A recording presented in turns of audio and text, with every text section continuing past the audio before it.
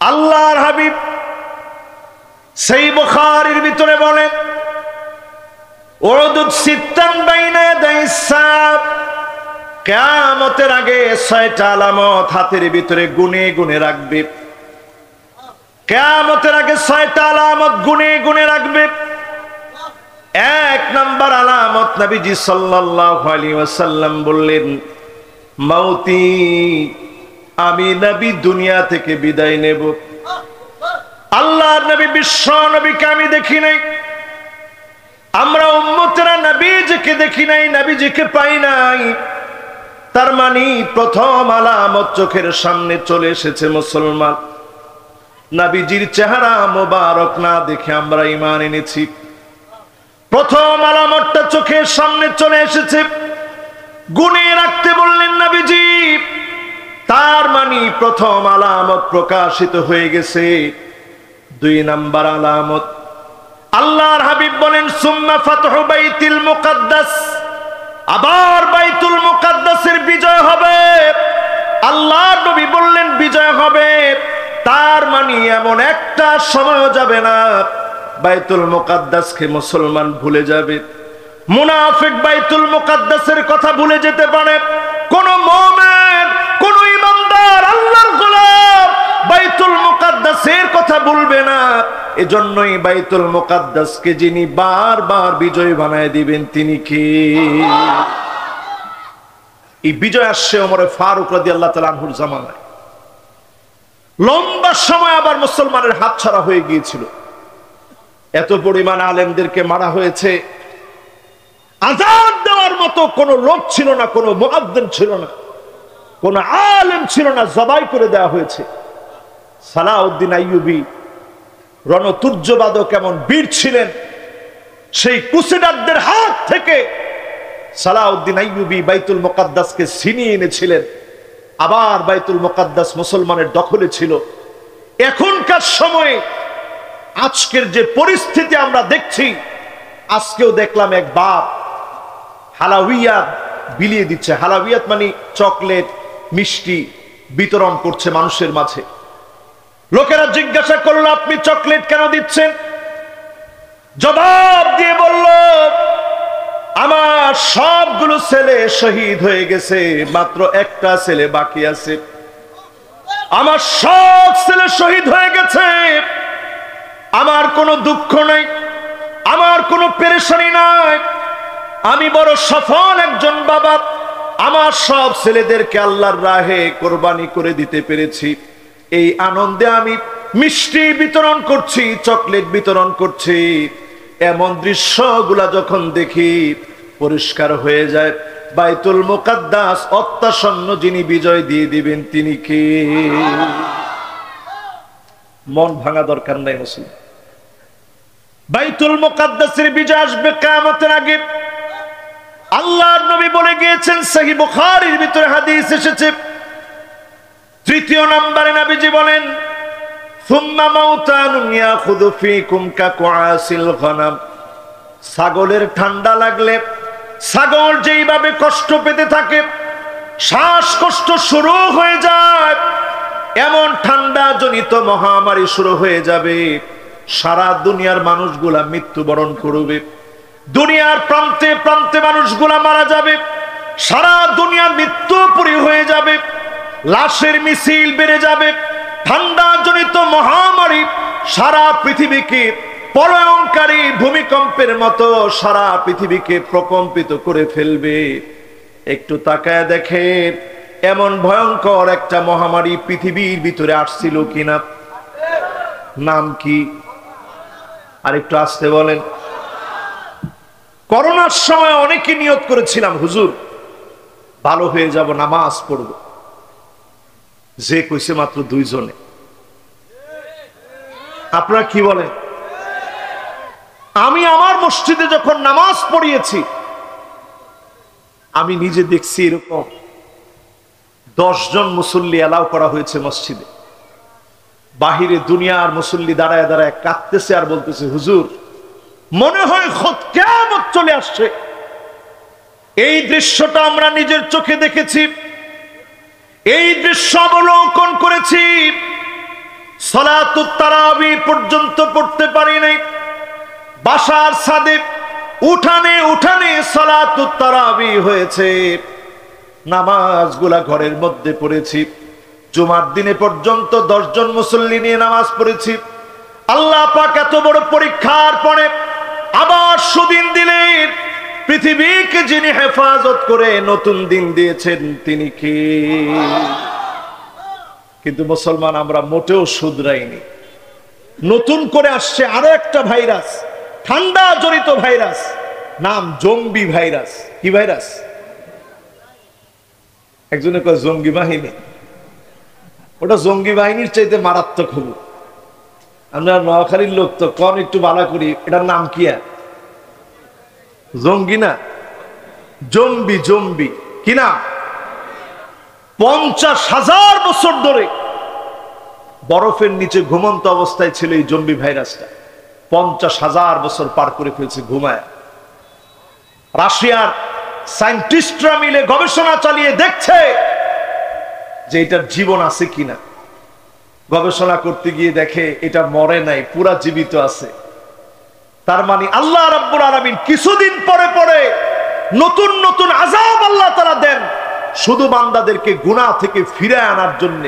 আজকে যদি আপনি সিদ্ধান্ত নেন গুনাহ ছেড়ে দিবেন, হতে পারে গুনাহ ছেড়ে দেওয়ার কারণে আযাব গজব যিনি উঠায় নেবেন তিনি কে? কথা কি বুঝতেছেন?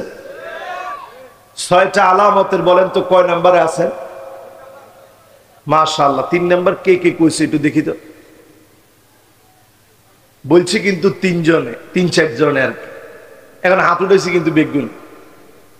কয় নম্বরে আছেন? মাশাআল্লাহ। এবার একটু মনোযোগ নিয়ে বলেন তো কয় নাম্বার? 1 নাম্বারটা কি? 1 নাম্বারটা নি করোনা। 1 নাম্বার নি জম্বি ভাইরাস কইছি। মাশাআল্লাহ। এই যে শ্রোতা, মাশাআল্লাহ, আলহামদুলিল্লাহ। 1 নাম্বার রাসূলকে আমরা পাবো না, পাইছি। 2 নাম্বার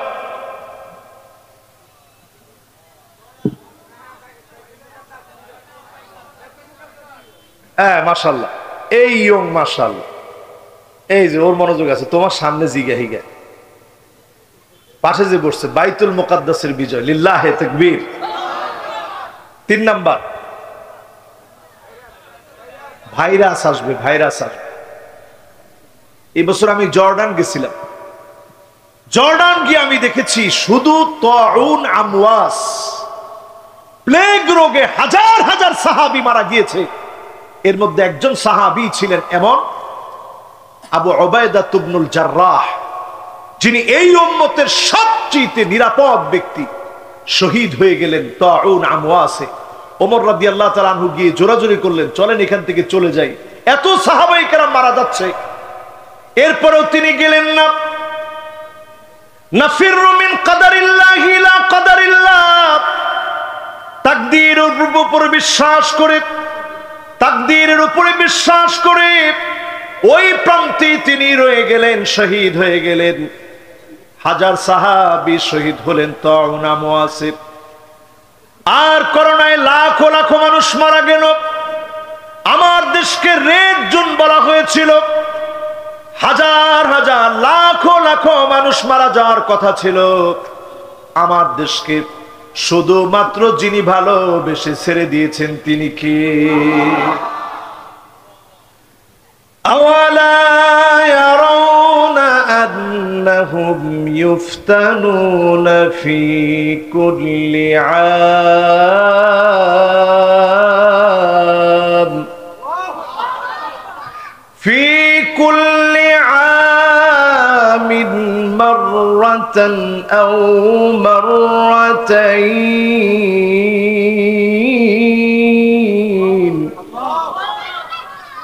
ثم لا يتوبون ولا هم يذكرون। আল্লাহ রাব্বুল আলামিন বলেন, গোলাম শোনো, প্রত্যেকটা বছরে আমি আল্লাহ একবার অথবা 2 বার, বছরে বছরে একবার অথবা 2 বার আমি আল্লাহ পরীক্ষা নিয়ে থাকি।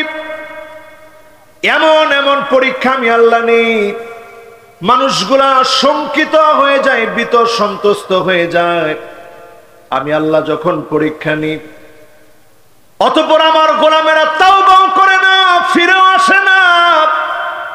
আমি আল্লাহর কাছে ফিরে আসে না, তাওবাও করে না, মাফও চায় না, আল্লাহকে স্মরণও করে না।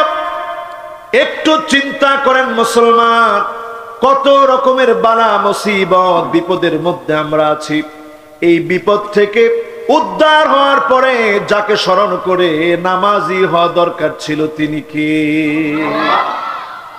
চিন্তা করেন, গতকালকে ভৈরবে যে ট্রেনের দুর্ঘটনা সংঘর্ষ হলো, ট্রেন দুর্ঘটনার সংঘর্ষে দিব্যি মালবাহী ট্রেনটা যখন আসছে, তার সামান্য অসচেতনতার কারণে কতগুলো প্রাণ চলে গেল।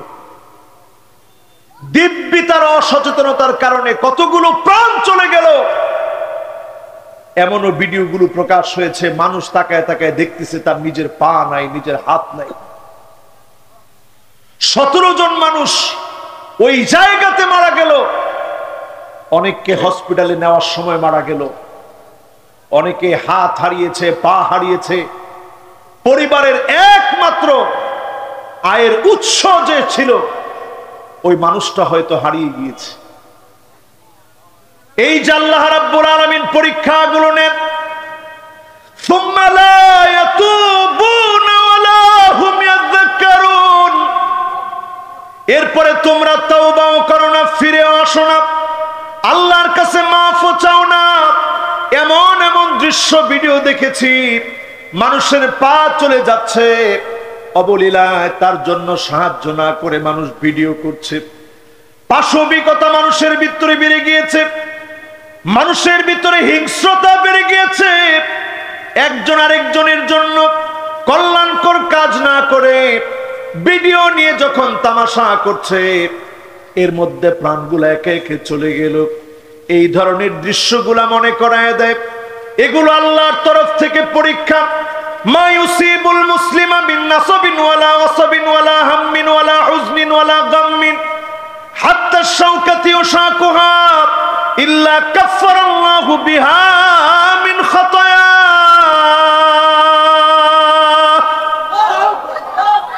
মুসলমানকে মালিক যখন পরীক্ষা নেবে, নানা রকমের পরীক্ষা আসতে পারে, জুলুম নির্যাতন নিপীড়নের পরীক্ষা আসতে পারে, জীবনের ক্ষতির পরীক্ষা আসতে পারে, বড় ধরনের অসুখ বিসুখের পরীক্ষা আসতে পারে, ভাইরাসের পরীক্ষা আসতে পারে। এই ট্রেন দুর্ঘটনার মতো নানা রকমের দুর্ঘটনা দিয়ে পরীক্ষা আসতে পারে। মুমিন যদি পরীক্ষা মনে করে এই সময়টাকে নিজেকে পরিবর্তনের জন্য কাজে লাগায়, যিনি মুমিনের গুনাহ মাফ করে জান্নাতের দরজা বুলন্দ বানায় দিবেন, তিনি কে? আজকে তাকায় দেখেন, আমার এই দুর্ঘটনার সময় পরিষ্কার আমার মনে হয়েছে, ট্রেনের দুর্ঘটনার মধ্য দিয়ে অনেকে হাত হারিয়ে ফেলেছে, অনেকে পা হারিয়ে ফেলেছে। আর আমার ফিলিস্তিনে দিব্যি তাকায় দেখতেছে, ভাইয়ের সামনে ভাই বোমা যখন এসে পড়েছে, ভাইটা শেষ হয়ে গেছে। এক ভাই আর এক ভাইয়ের কানের মধ্যে গিয়ে বলতেছে, হাল তাসমা মিন্নি ইয়া মুহাম্মদ, হে আমার ছোট ভাই মুহাম্মদ, তুমি কি আমার আওয়াজ শুনতে পাও? কোনো আওয়াজ আসে না। বড় ভাই হেঁটে যাওয়ার সময় বলছে, আর কোনো কথা বলতে পারলাম না, দুনিয়ায় আর দেখা না হলেও আল্লাহর জান্নাতে আল্লাহ যেন দেখা করায় দেয়। পড়েন আল্লাহু আকবার। আমার ভাইরা, যতজন আমার সামনে বসছেন, 3 নাম্বার আলামত, এটাও আমাদের চোখের সামনে চলে আসছে। 4 নম্বরে নবীজি বলেন, সুম্মা ইস্তিফাদাতুল মাল হাত্তা ইউতার রাজুল 100 দিনার ফায়াযাল্লু সাখিতা, একজন আরেকজনকে 100 দিনার দিয়ে দিবে, চেহারার ভিতরে কোনো আনন্দ থাকবে না, চেহারা মলিন হয়ে যাবে। 100 দিনার দিয়ে দেওয়ার পরেও চেহারার ভিতরে আনন্দ ফুটবে না, চেহারা মলিন হয়ে যাবে। আজকে তাকায় দেখেন আমাদের অবস্থা এমন হয়েছে, চেহারার ভিতরে আনন্দ নাই, অর্থ আছে, টাকা আছে, বত্ত বিভব সব আছে, বিত্তশালী আমরা হয়েছি, আমাদের সম্পদ আছে, টাকা পয়সা সব আছে, ধন দৌলত সব রয়েছে, কিন্তু আমাদের মনের ভিতরে এখন আনন্দ নাই, ঠিক কিনা বলে? বাজারে 1000 টাকার নোট নিয়ে গেলে একটুখানি কাঁচামরিচ, পটল আর ডাল টাল যদি কিছু পাওয়া যায়, এছাড়া আর তেমন কিছু নিয়ে বাড়ি ফেরা যায় না, ঠিক কিনা বলে? এই হচ্ছে বাজারের হাল। মানুষের মধ্যে হাতে টাকা থাকবে ঠিক আছে, কিন্তু চেহারার ভিতরে আনন্দ থাকবে। সাহাবায়ে কেরামের জীবনের দিকে তাকায় দেখেন,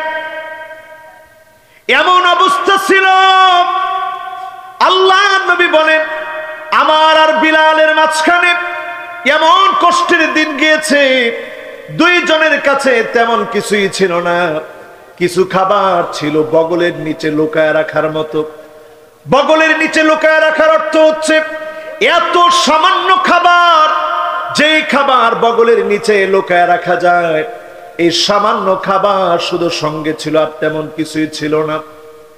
মুসালসাল এমন কয়েকটা মাস নবীজির জীবনে ছিল, যেই মাসগুলোতে আল্লাহর নবী একদিন খেয়েছেন, আর একদিন চুলা বন্ধ ছিল, খেতে পারেন নাই, না খেয়ে কাটিয়েছেন। নবীজি সাল্লাল্লাহু আলাইহি ওয়াসাল্লামের কাছে ইসলাম গ্রহণ করলেন শারাহবিল বিন হাসানা, সাহাবী শারাহবিল বিন হাসানা ঘরের কোণে একদিন বসে আছেন।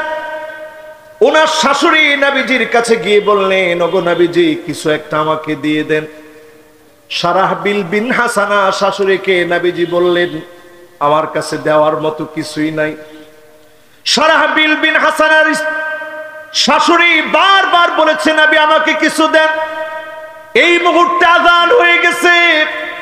শারাহবিল বিন হাসানার শাশুড়ি শারাহবিল বিন হাসানার ঘরের মধ্যে প্রবেশ করলেন। দেখেন খাটের কোণে একটা কোণের ভিতরে লুকায় আছেন তিনি। আযান শোনার কারণে শাশুড়ি বললেন, তুমি নামাজের দিকে কেন যাচ্ছ না?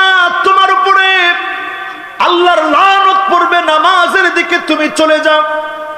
শারাহবিল বিন হাসানা কেঁদে ফেললেন আর বললেন, আমার কাছে 2 টুকরা কাপড় ছিল, 1 টুকরা কাপড় দিয়ে নিজেকে কোন রকম করে ঢেকে রেখেছি, আর 1 টুকরা কাপড় নবীজি আমার কাছ থেকে নিয়েছে, আর 1 টুকরা কাপড় নবীজিকে দিয়েছি। আল্লাহর নবীর সাহাবী শারাহবিল বিন হাসানা 1 টুকরা কাপড় পর্যন্ত পায়নি, আল্লাহর নবীর জন্য কাপড় দিয়ে দিয়েছে।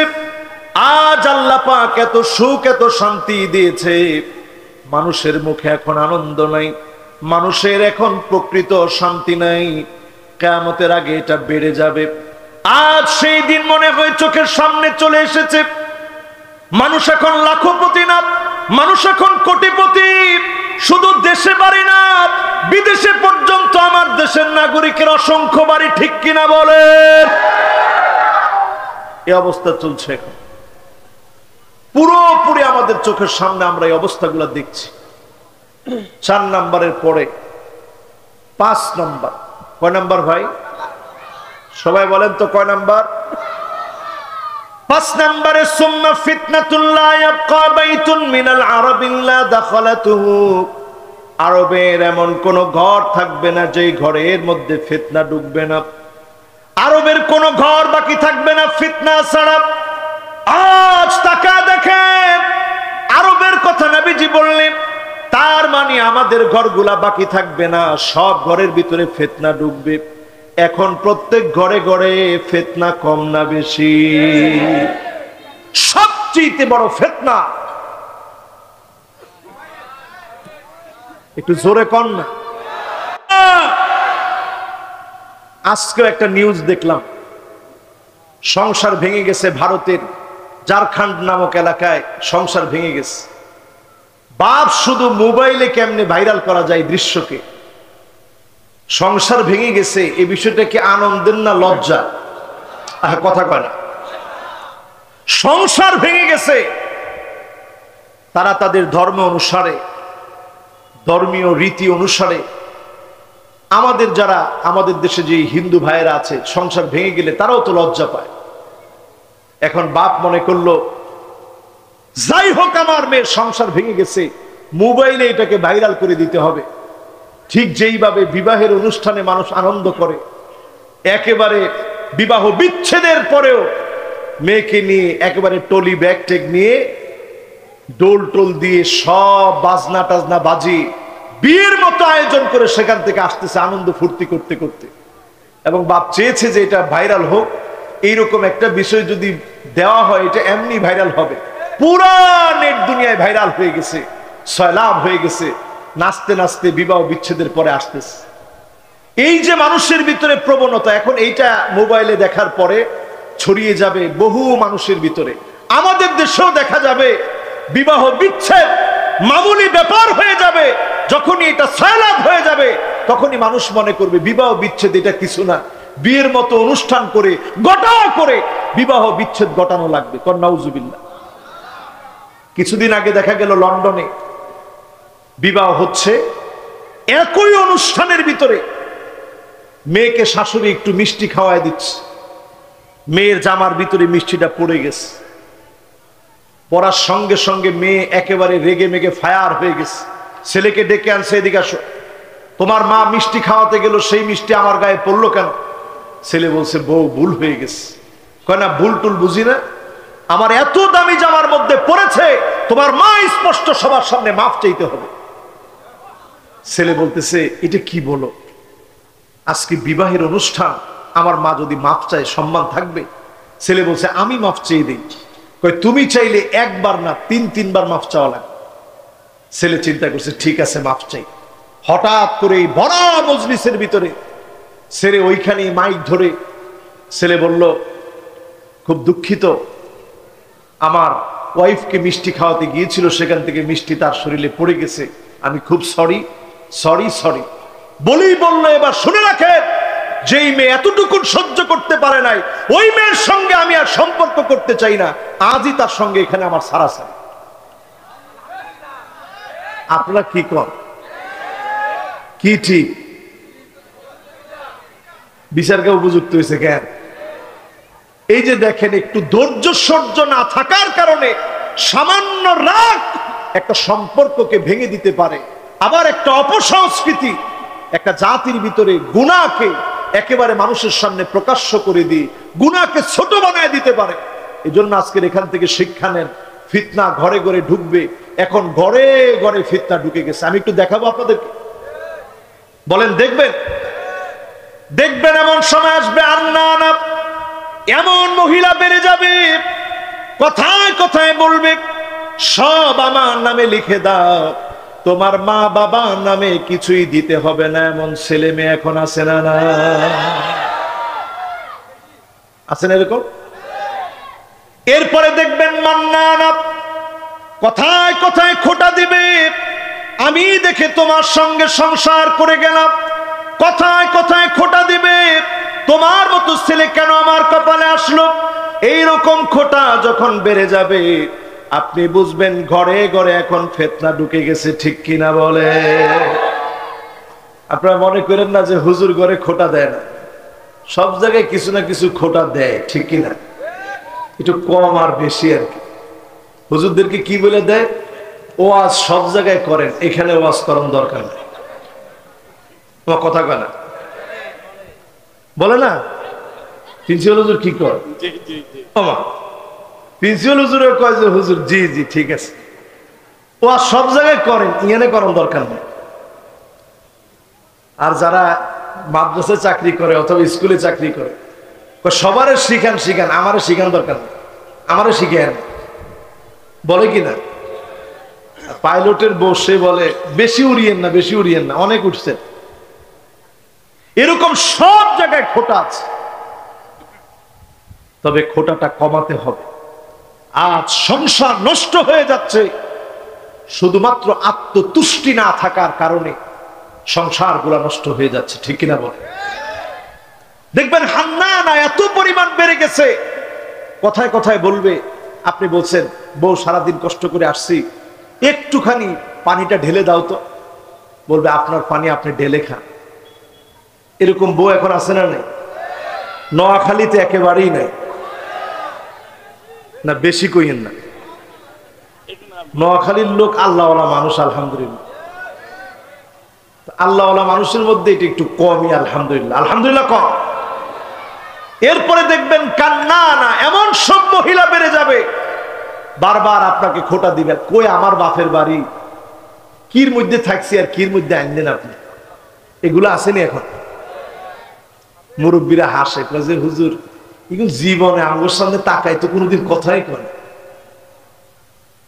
এরপরে দেখবেন হাদ্দাকা, এমন সময় আসবে যেই সময়ে সারাদিন কষ্ট করে একটা কিছু পছন্দ করে নিয়ে আসছেন, দেখার লগে লগে করবো কি আনলেন, এটা কোনো কালার হইল না, কালার মরি যাবো, টিকতো না। এরকম আছে না নাই? কালার বলে মরি যাব, রং উঠি যাব, এরকম কথা আছে না নাই? এরপরে দেখবেন সাদ্দাকা, এমন সব মহিলা বের হবে কথায় কথায় তর্ক করবে, স্বামীর সঙ্গে ঝগড়া করবে, এ আলামত গুলা বেড়ে যাবে। এরপরে দেখবেন বাররাকা, শুধু তর্কই করবে না, স্বামীর গায়ে হাত তুলতে দেরি করবে না। এমন মহিলা এখন ঘরে ঘরে আছে না নাই?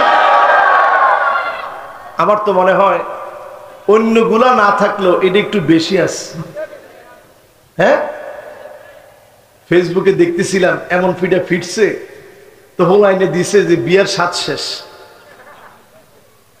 হোলাইনে লিখছে আর কি যে বিয়ের আর স্বাদ নেই। এই হচ্ছে এখন ফিতনা। লা ইয়াবকা বাইতুন মিনাল আরব ইল্লা দাখালাতহু, এমন কোন ঘর থাকবে না যেখানে ফিতনা ঢুকে নাই। আজকে ঘরে ঘরে তাকায় দেখেন ফিতনা এখন আছে না? আল মারআ আল মুতারাজ্জিলা আল মুতাশাব্বিহাতু বিররিজাল, অধিকাংশ মহিলা দেখবেন এমন হয়ে যাবে, পুরুষের মতো চলবে, পুরুষের মতো পোশাক পরবে, প্যান্ট পরবে, শার্ট পরবে, গেঞ্জি পরবে, বুড়ো প্লাগ করবে, চুলগুলার মধ্যে আগলা চুল লাগাবে, ট্যাটু আঁকবে শরীরের ভিতরে, আল মুতাফাল্লিজাত, দাঁতগুলাকে কেটে চিকন করবে। এমন ফিতনাগুলো এখন ঘরে ঘরে আছে না? না, ঢুকে গেছে ফিতনা, ঠিক না ভাই? এবার 6 নম্বরে যাই। কয় নাম্বার? মনোযোগ আছে তো আপনাদের? লিল্লাহে তাকবীর, মাশাআল্লাহ। কয় নাম্বার? 6 নাম্বার। চলে 6 নম্বরে আল্লাহর হাবিব বলেন, শোনো, তো খ্রিস্টান রাশিয়া, এমনিতে পুরো রাশিয়া বিধর্মী হওয়ার পরেও, নাস্তিক হওয়ার পরেও অর্থোডক্স কিছু খ্রিস্টান আছে যারা এক সময় বাইজেন্টাইন সম্রাটদের সময় ইসলাম বলেছিল। এই মানুষগুলা সেই সময় সুলতান মুহাম্মদ আল ফাতেহের বিজয়ের পরে চলে গেলেন রাশিয়াতে। তাদের সঙ্গে আজ মুসলমানের চুক্তি হচ্ছে। এই চুক্তির পরে রেজাল্ট কি হবে? আল্লাহর নবী বলেন এই চুক্তি হবে। আজকে দেখেন সারা ইউরোপের এক অবস্থা, সারা মধ্যপ্রাচ্যে, এখনো মধ্যপ্রাচ্যের লোকেরা যখন ঘুমায় আছে, খ্রিস্টানরা এক হয়ে গেছে, ইহুদিদের সঙ্গে তাল মিলায় মুসলমানদেরকে মারছে। আমার মুসলমানের পক্ষে কথা বলার কেউ নাই। আল্লাহর হাবিব বলে গেলেন তাদের পক্ষ থেকে একটা দল সহযোগিতা করবে, ফায়াকদিরুন, অতঃপর তৃতীয় বিশ্বযুদ্ধের আগে গাদ্দারি করে ফেলবে। যার যার চিন্তা চলে আসবে। তাহতা 80 গায়া, 80টা দলে বিভক্ত হবে। তাহতা কুল্লি গায়াতিন 12 আলফা, এক একটা পতাকার নিচে 12,000 করে সৈন্য হবে। এটা হবে তৃতীয় বিশ্বযুদ্ধের আগে। আজকের এই সংখ্যা, আজকের এই অবস্থা, আজকের ফিলিস্তিনের এই ভয়াবহতা, বাইতুল মুকাদ্দাস শুধু ফিলিস্তিনের জন্য নয়, গোটা মুসলিম উম্মার জন্য বাইতুল মুকাদ্দাস আমাদের প্রথম কিবলা। 16 কিংবা 17 মাস সেই দিকে ফিরে নবীজি নামাজ আদায় করেছেন। সেই বাইতুল মুকাদ্দাসকে যদি তারা ছিনায় নেয়, এমন একটা যুদ্ধক্ষেত্র তৈরি হবে, তৃতীয় বিশ্বযুদ্ধের দিকে চলে যাবে।